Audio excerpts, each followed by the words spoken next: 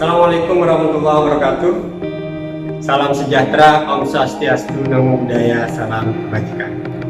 Saya Samani, anggota Bawaslu Provinsi Banten Divisi Humas Sumbar, sangat berbahagia sekali bisa menyapa seluruh peserta Sekolah Kader Pengawasan Partisipatif Online di seluruh Indonesia. Semoga seluruh sahabat-sahabat senantiasa dalam keadaan sehat dan senantiasa dalam lindungan Tuhan. Sahabat-sahabat semuanya, pada topik 8 ini kita akan membahas tentang strategi kehumasan bagi kader pengawas partisipatif. Sebelumnya, sahabat-sahabat sudah mendapatkan materi tentang konten kepemiluan, kemampuan dalam melakukan komunikasi dan penggunaan media sosial, serta kemampuan dalam melakukan pendekatan dengan masyarakat. Pada sesi terakhir di topik 8 ini, saya akan menyampaikan materi kaitan dengan salah satu kemampuan dasar yang harus dimiliki oleh setiap kader pengawas partisipatif, yaitu kemampuan dalam melakukan koordinasi dan kerjasama tim. Ayo kita belajar bersama dengan pengawas. Sahabat-sahabat semua, pada dasarnya setiap orang tahu tentang koordinasi dan kerjasama tim. Tapi tidak semua orang mempunyai pemahaman dan pengetahuan yang baik untuk melakukan koordinasi dan kerjasama. Setiap orang bisa melakukan koordinasi dan kerjasama, tapi tidak semua orang bisa terampil untuk berkoordinasi dan kerjasama. Pasti ada sebagian dari sahabat-sahabat yang bertanya, kok bisa? Mari kita perhatikan 4 gambar aktivitas berikut. Gambar pertama, seorang yang sedang meminum air putih. Kemudian gambar yang kedua adalah seseorang yang sedang memainkan alat musik biola. Dan gambar ketiga adalah gambaran tentang pertandingan sepak bola. Dan yang keempat adalah pertunjukan orkestra. Dari 4 gambar ini, manakah yang menggambarkan aktivitas koordinasi dan kerjasama? Lalu sahabat-sahabat memikirkan jawaban dari pertanyaan tadi, mari kita bahas tentang definisi koordinasi dan kerjasama tim. Ada banyak pendapat yang dikemukakan oleh para ahli tentang definisi koordinasi dan kerjasama. Menurut ilmu manajemen, koordinasi diartikan sebagai pengaturan suatu kelompok untuk memberikan kesatuan tindakan dalam mewujudkan tujuan bersama. Sedangkan dari perspektif ilmu biologi, koordinasi diartikan sebagai sistem organ tubuh yang mengatur semua gerak organ agar dapat bekerja secara serasi sesuai dengan tujuan. Sedangkan definisi kerjasama tim atau teamwork adalah sinergi sekelompok orang atau bagian atau fungsi yang berbeda-beda untuk mewujudkan tujuan bersama. Jadi sahabat-sahabat, koordinasi dan kerjasama tim ini mensyaratkan 3 prinsip, yaitu berorientasi pada tujuan, berorientasi pada kelompok, dan berorientasi pada sinergi. Setelah mengetahui definisi dari koordinasi dan kerjasama tim, tentunya sahabat-sahabat sudah mempunyai jawaban terhadap pertanyaan 4 gambar aktivitas tadi. Jadi setiap saat tubuh kita melakukan berbagai rangkaian aktivitas koordinasi dan kerjasama, walaupun kita seringkali lupa atau bahkan tidak menyadarinya. Aktivitas kita sehari-hari yang sederhana pun sebenarnya adalah hasil dari sistem koordinasi dan kerjasama dalam tubuh kita. Misalnya, aktivitas berjalan dan minum bisa kita lakukan dengan baik karena adanya sistem koordinasi yang melibatkan saraf, hormon, indera, otot, sendi, dan tulang. Untuk membuat kemampuan koordinasi dan kerjasama menjadi suatu keterampilan dan keunggulan yang bisa dilakukan secara sadar dan berulang-ulang, tentunya membutuhkan banyak latihan. Setiap orang bisa menendang bola, tapi tidak setiap orang mahir memainkan bola. Setiap orang bisa menggesekkan biola, tapi tidak semua orang bisa mahir memainkan biola dan menghasilkan nada-nada yang indah. Jadi sahabat-sahabat, koordinasi dan kerjasama tim itu mempunyai hubungan yang sangat erat dan saling tergantung. Tapi tentunya kita jangan terjebak pada anekdot klasik tentang telur dan ayam, sehingga sahabat-sahabat kemudian ada yang bertanya, lebih dulu mana antara koordinasi dan kerjasama tim? Kalau itu saya nggak bisa jawab. Mengapa setiap kader pengawas diharapkan mempunyai keterampilan dalam koordinasi dan kerjasama tim? Sahabat-sahabat, penanganan pandemi COVID-19 dapat kita jadikan contoh untuk menggambarkan betapa pentingnya peran koordinasi dan kerjasama. Keberhasilan kita untuk saling berkoordinasi dan bekerjasama dalam menanggulangi COVID-19 adalah kunci untuk memutus mata rantai penyebaran COVID-19. Nah, tantangan dalam pelaksanaan pemilu juga tidak jauh berbeda. Penyakit atau virus yang mewabah dalam setiap pelaksanaan pemilu cukup banyak dan terus berulang. Misalnya politik uang, kampanye hitam, dan ujaran kebencian. Bahkan ketika penyakit atau virus yang menginfeksi pelaksanaan pemilu tersebut tidak hanya bersifat endemik, tetapi juga sudah menjadi pandemi. Untuk melawan virus dalam setiap pelaksanaan pemilu tidak bisa dilakukan seorang diri saja, tapi harus menjadi kesadaran kolektif dan komitmen kita bersama. Ada 4 hal yang mendasari pentingnya kemampuan koordinasi dan kerjasama bagi kader pengawas partisipatif. Pertama adalah untuk memunculkan atau melahirkan semangat kolektivitas, yaitu kerja kolektif dan kesadaran bahwa pengawasan pemilu adalah tanggung jawab kita bersama. Yang kedua adalah adanya kesamaan pemahaman dan persepsi, sehingga tidak ada perbedaan dan mispersepsi di antara kader pengawas tentang apa tujuan dan pentingnya pelaksanaan pemilu dan pengawasan pemilu. Yang ketiga adalah lahirnya komitmen bersama, sehingga semangat kerelawanan lahir dari kesadaran pribadi dan mewujud menjadi kesadaran bersama atau kesadaran kolektif.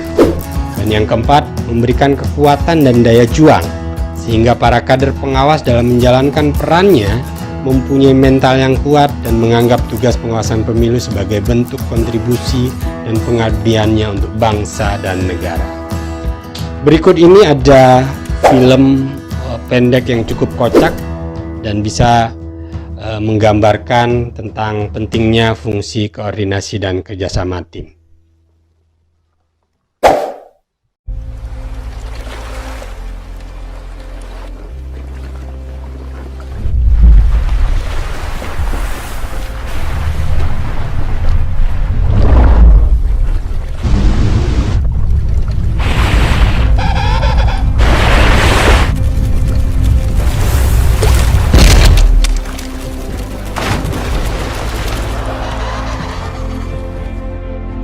Okay, come on, everyone, we're behind schedule. You know what's gotta be done. Move it, move it, move it. Hey, you there, pick up the pace. You're falling behind. Stop it, stop it,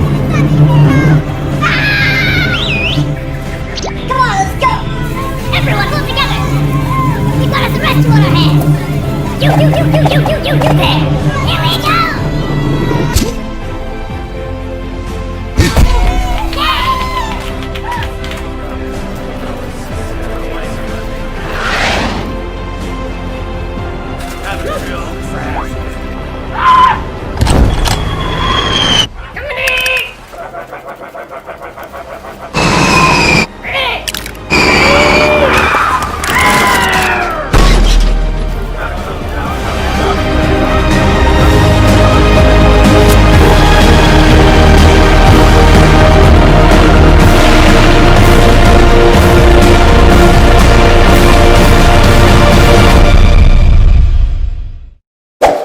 Sahabat-sahabat, agar bisa melakukan koordinasi dan kerjasama tim, kita harus mengetahui apa saja yang menjadi unsur-unsur di dalamnya. Pertama adalah unsur subjek, atau orang, manusia, kelompok, atau organisme. Koordinasi dan kerjasama tidak akan berjalan jika tidak ada kemauan dari aktor yang menggerakkannya. Kita semua tahu bahwa pada dasarnya kodrat manusia adalah makhluk sosial yang tidak bisa hidup sendiri. Koordinasi dan kerjasama itu merupakan suatu kebutuhan, bahkan dalam keadaan tertentu menjadi suatu keharusan dan kewajiban.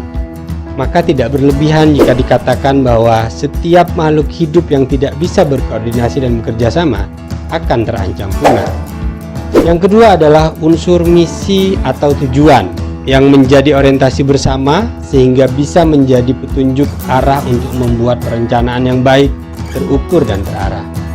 Misi dari SKPP ini adalah untuk membumikan semangat pengawasan pemilu di masyarakat, yaitu dalam bentuk partisipasi untuk mengawasi dan menjaga kualitas pelaksanaan pemilu yang luber dan jurdil.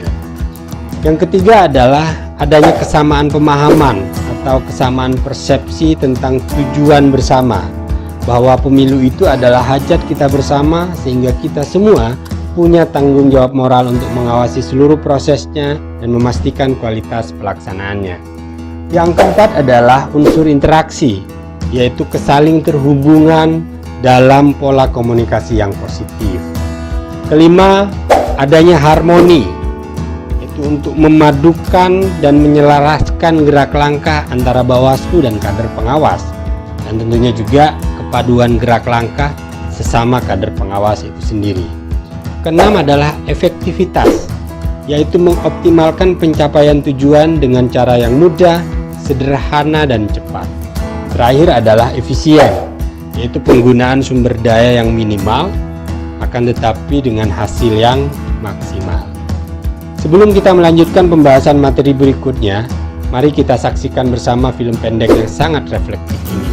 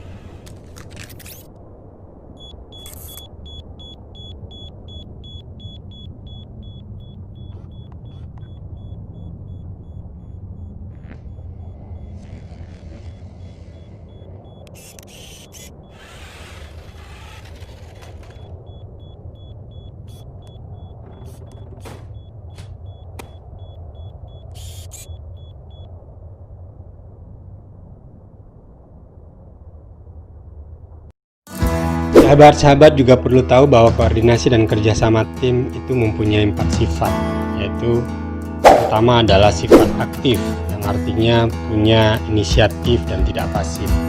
Yang kedua adalah sifat dinamis. Koordinasi itu harus bisa menyesuaikan dengan situasi dan kondisi yang ada. Yang ketiga bersifat responsif, cepat memberikan umpan balik. Yang keempat adalah holistik, yaitu bersifat keseluruhan proses dan tidak parsial. Tanpa adanya akselerasi, koordinasi akan berantakan dan tidak akan nyambung. Adapun bentuk-bentuk dari koordinasi itu bermacam-macam. Pertama adalah internal dan eksternal, yaitu koordinasi ke dalam dan ke pihak luar. Kemudian bentuknya yang kedua adalah vertikal dan horizontal, yaitu koordinasi ke atas atau hierarkis dan koordinasi yang setingkat. Tiga, bentuknya struktural dan non-struktural, yaitu subordinat dan non-subordinat. Yang keempat bisa berbentuk formal dan non-formal, resmi atau tidak resmi. Dan yang kelima, bentuknya bisa verbal dan non-verbal. Dalam melakukan koordinasi dengan Bawaslu, diharapkan kader pengawas bisa menggunakan berbagai saluran koordinasi yang mudah diakses, friendly, dan efektif. Koordinasi dan kolaborasi antar sesama kader pengawas juga harus diintensifkan, baik di tingkat kabupaten kota, tingkat provinsi, atau di tingkat nasional. Sebaiknya kader pengawas dalam melakukan koordinasi tidak langsung ke Bawaslu RI, tapi terlebih dahulu dengan Bawaslu di tingkat kabupaten kota dan provinsi, sehingga nantinya persoalan tidak menumpuk di Bawaslu RI. Dalam upaya membangun suatu hubungan komunitas yang solid dan satu visi, tentunya tidak mudah. Apalagi komunitas yang dibangun atas dasar kerelawanan dan tidak bersifat struktural seperti kader pengawas partisipatif ini. Ada beberapa hal yang menjadi tantangan dalam membangun koordinasi dan kerjasama tim, yaitu pertama adalah hambatan psikologis, karena kita tahu bahwa setiap orang pasti punya ego, karakter, tingkat kematangan emosi, dan kemampuan adaptasi yang berbeda-beda. Yang kedua adalah heterogenitas, yaitu fakta bahwa latar belakang kader pengawas yang berbeda-beda, baik dari segi kedaerahan, sosiokultural, usia, dan pengalaman, bisa menjadi kekuatan dan bisa juga menjadi kelemahan. Di satu sisi bisa produktif dan di sisi yang lain bisa menyimpan potensi konflik. Yang ketiga adalah passion yang berbeda, atau semangat dan gairah antar kader yang tidak sama. Ada yang sangat optimis dan ada yang biasa saja, dan ada juga yang sangat pesimis. Dalam perspektif psikologi, sikap optimis dan pesimis ini sama-sama bisa menular di dalam suatu komunitas. Yang keempat adalah konsistensi, bahwa proses pengawasan pemilu itu harus dilakukan secara terus-menerus sepanjang tahapan pelaksanaan pemilu, sehingga bisa mempengaruhi semangat dan daya juang kader yang naik turun. Sahabat-sahabat semuanya, ada 7 hal yang bisa membuat koordinasi dan kerjasama tim berjalan dengan baik. Pertama adalah berorientasi pada hasil, yaitu fokus pada pencapaian dan memastikan misi harus terlaksana dengan baik. Yang kedua, menghargai proses, karena menjalani proses itu tidak mudah dan membutuhkan kesabaran. Yang ketiga, saling percaya, bisa memberikan perasaan nyaman dan aman dalam sebuah tim. Yang keempat adalah saling sinergi, yaitu saling menguatkan dan saling mengisi. Kelima, saling kontrol atau saling menjaga dan saling mengingatkan. Keenam adalah saling memotivasi, yaitu menjaga semangat dan konsistensi. Ketujuh adalah saling apresiasi, yaitu mengakui setiap kontribusi. Saya ingin mengajak sahabat-sahabat untuk berdiskusi dan menjawab pertanyaan berikut. Dari keempat gambar ini, siapakah tim terbaik dalam melakukan koordinasi dan kerjasama? Pertama adalah gambar semut, yang kedua adalah gambar burung yang terbang dalam formasi V, kemudian yang ketiga adalah gambar kawanan serigala, dan yang keempat adalah gambar manusia. Keempat gambar ini sering dijadikan contoh favorit dalam pelatihan-pelatihan manajemen karena dianggap mempunyai keunggulan dan keistimewaan dalam melakukan sistem koordinasi dan kerjasama. Silakan sahabat-sahabat berdiskusi dan menentukan pilihannya. Untuk meningkatkan kemampuan dan keterampilan dalam melakukan koordinasi dan kerjasama tim, ada beberapa langkah yang perlu sahabat-sahabat lakukan. Pertama adalah kenali diri atau self-recognition. Dalam melakukan interaksi sosial, kita selalu dipengaruhi oleh emosi, kebiasaan, dan karakter diri kita. Oleh karenanya, mengenali dan menggali lebih dalam diri kita sendiri adalah kunci untuk mengeluarkan potensi yang kita miliki.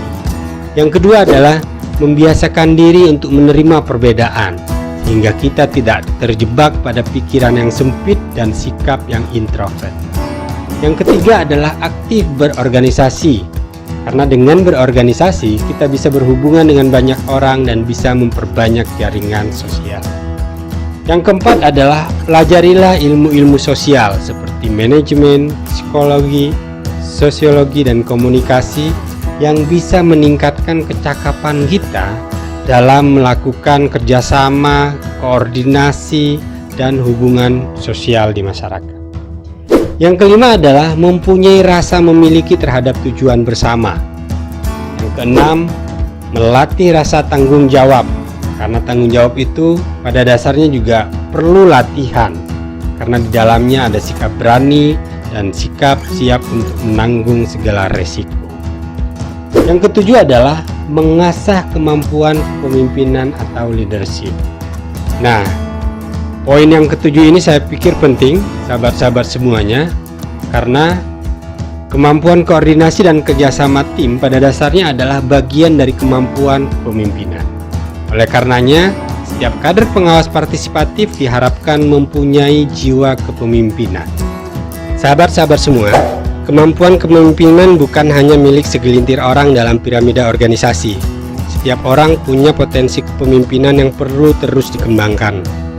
Menurut Hermawan Kartajaya dan tim MAK+, ada 3 model level kepemimpinan atau leadership, yaitu leadership 1.0, suatu kepemimpinan yang sifatnya diwariskan, seperti sistem kerajaan di mana pengaruh sang pemimpin muncul karena nama besar orang tua atau leluhurnya.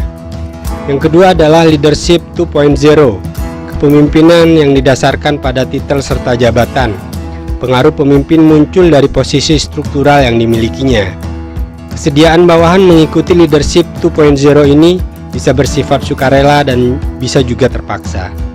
Kemudian yang ketiga adalah leadership 3.0, yaitu kepemimpinan yang didasarkan pada kemampuan seseorang untuk menggerakkan orang lain di sekitarnya tanpa paksaan.